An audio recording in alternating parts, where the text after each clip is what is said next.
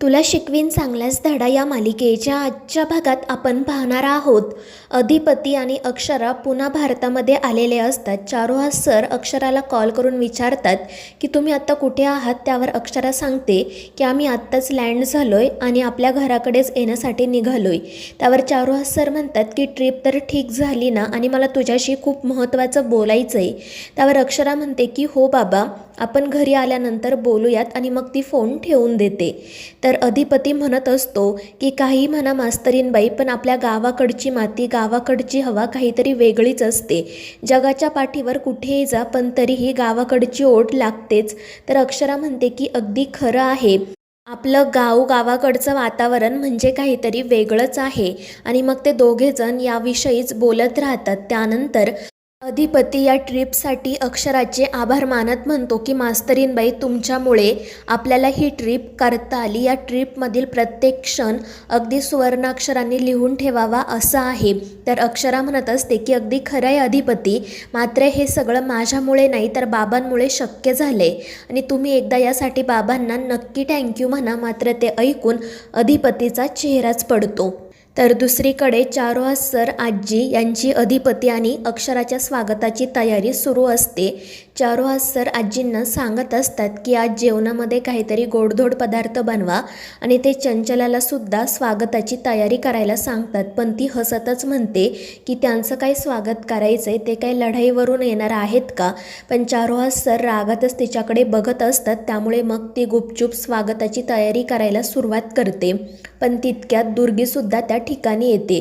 तिचा चेहरा पडलेलाच असतो. त्यामुळे आजी तिला विचारत असतात की काय झालं, अशी चोरासारखी का घरात येते. पण दुर्गी काही उत्तर देत नाही. त्यामुळे आजीच म्हणतात की तुझ्या नवऱ्याने पुन्हा तुला हकलून दिलं वाटतं. तर दुर्गी नाटक करत म्हणते की हो आत्या, दुसरं काय होणार, माझ्या नशिबातच ते आहे म्हटल्यावर. तर चारुहास सर तिला विचारतात पण नेमकं झालंय काय. पण दुर्गी म्हणते की जाऊ द्या मोठे मालक, ते सगळं मी कधीच मागे सोडले. आता माझ्या नवऱ्याने मला कितीही वेळा बोलावलं ना, तरी मी पुन्हा त्याच्याकडे जाणार नाही. आणि मग ती तिची बॅग घेऊन तिच्या खोलीत जाते. तर दुसरीकडे अधिपती एकदम शांत बसलेला असतो. त्यामुळे अक्षरा म्हणत असते की काय झालं अधिपती, मी काय म्हणते त्याचं उत्तर तरी द्या. पण अधिपती म्हणत असतो की मास्तरीनबाई, काही झालं तरी मी त्या चारुहास सूर्यवंशीचे आभार वगैरे काही मानणार नाही. परंतु अक्षरा त्याला समजवण्याचा प्रयत्न करत असते की ते तुमचे वडील आहेत, किंवा ते मॅडमसोबत कसे वागतात हे सगळं सोडून द्या. फक्त एक व्यक्ती म्हणून त्यांचे आभार माना, त्यांनी खरंच आपल्यासाठी खूप काही केलं आहे. आणि मग शेवटी अधिपती नाईलाजाने म्हणतो की ठीक आहे, तुम्ही म्हणताय म्हणून आम्ही मानतो त्यांचे आभार. गेल्या गेल्या थँक्यू हा शब्द त्यांच्या तोंडावर फेकून मारतो. पण त्यांचं सगळं जाऊ द्या, आम्हाला आमच्या आईसाहेबांना भेटायचं आहे. एवढ्या दिवसांमध्ये त्यांच्याशी आमचं बोलणंसुद्धा झालेलं नाही. कधी एकदा त्यांना जाऊन भेटतोय असं झालंय मला. तर अक्षरा म्हणते की तुम्ही आईसाहेबांचा विषय काढलात ना, तर मलासुद्धा आईबाबांना भेटावंसं वाटतंय. मी जाऊन येऊ का त्यांच्याकडे. आणि त्यावर अधिपती म्हणतो की ठीक आहे, तुम्ही आईबाबांकडे जा, मी फॅक्टरीमध्ये जातो, आणि तुमचं भेटून झाल्यानंतर तुम्ही मला कॉल करा, मग आपण घरी जाऊया. त्यावर अक्षरा ही हो म्हणते. तर दुसरीकडे चंची दुर्गीला विचारत असते की अगं मम्मी, तिकडं काय काय झालं सांग ना मला, तू एवढे प्रयत्न केले तरी त्या मास्तरनीचा जीव गेला नाही का. तर दुर्गी म्हणते की नाही ग, तिचं नशीबच बळकट आहे. मी एवढे प्रयत्न केले पण काही उपयोग झाला नाही. पण ते सगळं जाऊ दे, इकडे काय सुरू आहे ते सांग, ताई अजून आली की नाही. आणि त्यावर चंची म्हणते की नाही ग, जेव्हा मोठ्या मालकांनी तिला घराबाहेर काढलं तेव्हापासून तिचा काही पत्ताच नाही. आणि सगळ्यात मोठी बातमी अशी आहे की मावशी या घरात नाहीये. ही गोष्ट अधिपतीला अजून माहितीच नाही. मोठ्या मालकाने त्या दोघांपासून सगळं लपवून ठेवलंय, आणि त्या म्हातारीला सुद्धा दम भरलाय. आणि ते ऐकून दुर्गी खुश होते. आणि जेव्हा अधिपतीला हे सगळं कळेल तेव्हा तो कसा रिॲक्ट करेल, याच गोष्टीचा त्या दोघी विचार करत असतात आणि खुश होत असतात. दुसरीकडे चारुहास सर धनाजी आणि शांताला सगळ्या सूचना देत असतात. अधिपती आणि अक्षराच्या स्वागताची व्यवस्थित तयारी करायला सांगत असतात.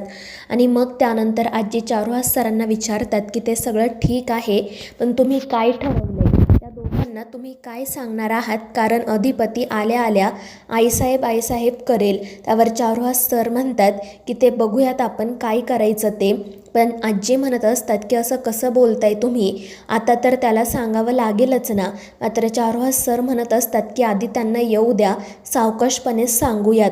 मात्र आजी त्यांना एक सल्ला देत म्हणतात की तुम्ही एक काम करा, भुवीला कॉल करा, तिला बोलावून घ्या, तिची माफी मागा, अधिपतीसाठी ती नक्की परत येईल.